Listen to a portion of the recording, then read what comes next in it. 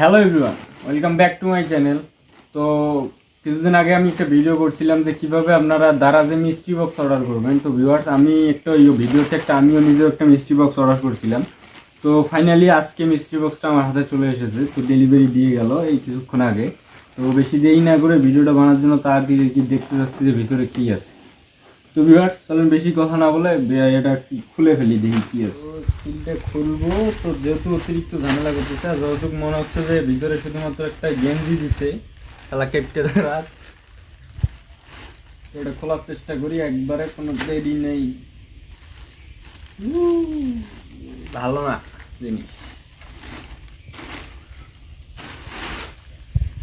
এই একটা গেঞ্জি পাইছি 132 টাকায়। আমার মনে হয় না যে গেঞ্জিটা খারাপ হবে, দেখা যাক কি হয়।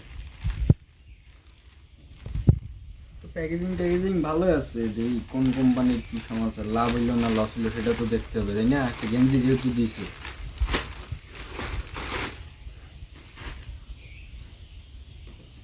তো 132 টাকায় ডাবল এক্সেলের গেঞ্জি,